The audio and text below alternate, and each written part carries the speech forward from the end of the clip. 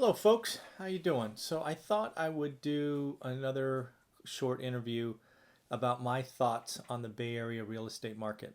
So it's September 9th, 2019. The last one of these I did was on May 1st. Really what we're going to talk about is what I see kind of transpiring over the next 9 to 12 months. And again, I'll kind of walk you through my logic. That way you can let me know what you think. Do me a favor if you watch this entirely through the video. Let me know if you think I'm on the right page, or if you think I missed something. I'd love to get your thoughts on what I see happening in the Bay Area real estate market. So first and foremost, if you follow this channel for any length of time, one of the key metrics that I have used and will continue to use going forward is something known as the Affordability Index.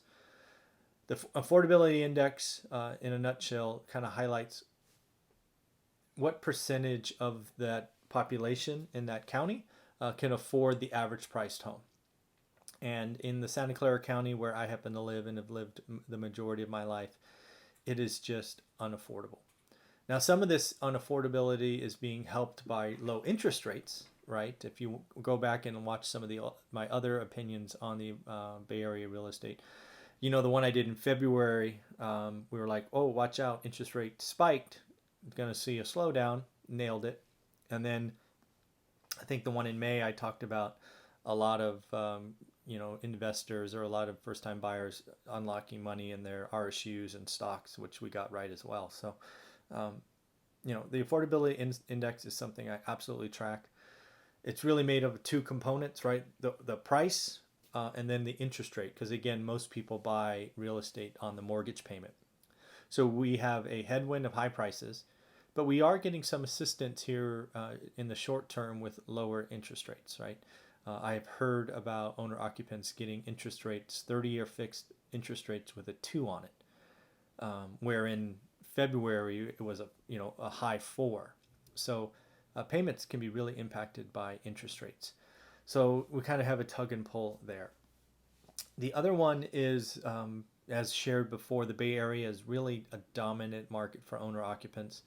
There isn't the mom and pop landlords, so there isn't really this competition between, hey, I want to buy an investment property and owner occupants. It's predominantly owner occupant.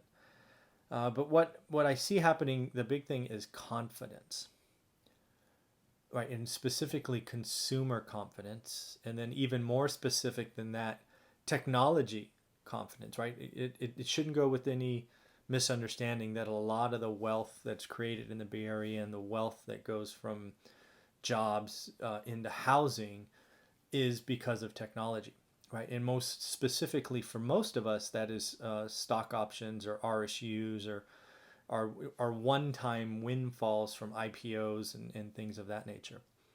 This is where I think it gets tricky. I think what we're seeing with the WeWork IPO, I think what we're seeing with the disappointment in Uber and Lyft is, in Slack for that matter, is we're seeing disappointing returns on IPOs. We're seeing perhaps, and I've reported on it a couple of times, this WeWork IPO, it might be delayed, which would then not unlock millionaires, right, from the employees that have been there. So I'm under the impression that the great RSU unlock, the stock market, I see significant headwinds for technology folks that are, we're looking forward to unlocking significant, IPO wealth or liquidity events. I think this is going to be similar to what happened in the dot-com craze, if you've been around long enough to see that. Right, there were companies that were worth, whatever, and a year later, 2 years later, we're out of business. I think that's what's going to happen. I think what we're going to see is we're going to see a great devaluation in value of once companies called unicorns and the like, and I think that's going to have a cascading effect into the real estate market. I think there's going to be less demand for ridiculously priced housing. I think with less demand will naturally come more listings.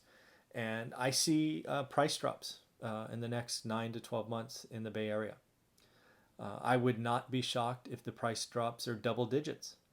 I think the Bay Area, looking at the affordability index, is so high.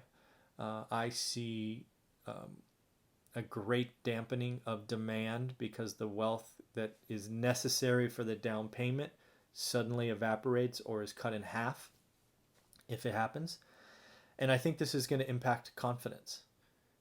I think folks in the Bay Area are about to go through a cycle of being less confident, right? We have had a great run for 5, 8, 10 years where everything we touched turned to gold. And you saw that in these valuations from these non-public companies as they were getting rounds from venture capitalists and the like. So I don't have a rosy picture. I don't know that I would be signing up for a huge mortgage today if I thought things could get a little soft in 2020. I think 2020 is going to be a rough market for the Bay Area. Now, I'm not calling any huge 50% collapse or anything of that nature. I don't see that. But I could certainly see a haircut of 10% coming off the market. And this could be further exacerbated if there are folks out there flipping homes in this market. So if you're flipping homes and you get caught in this and you have all hard money or private money kind of invested, you could get eaten alive. When sort of not exiting correctly. So in the end, for the first time in the Bay Area, I'm a little nervous. I think prices will be cheaper, 9 to 12 months from now. And I think it'll be cheaper all because I think confidence, the Bay Area confidence will weaken. I think the cash, the income required to make that gargantuan down payment is going to be less than people were expecting. And I think that will hit confidence. And, that's what I think. Let me know what you think. Again, this is all, you're looking at lots of levers and whatnot. So if you're looking in the Bay Area, you've been watching it for a while, I'd love to hear your opinion. Leave comments below. Feel free to disagree with me. I'm wrong all the time. Just ask my wife. And we'll have a great day. All right, everybody. Take care.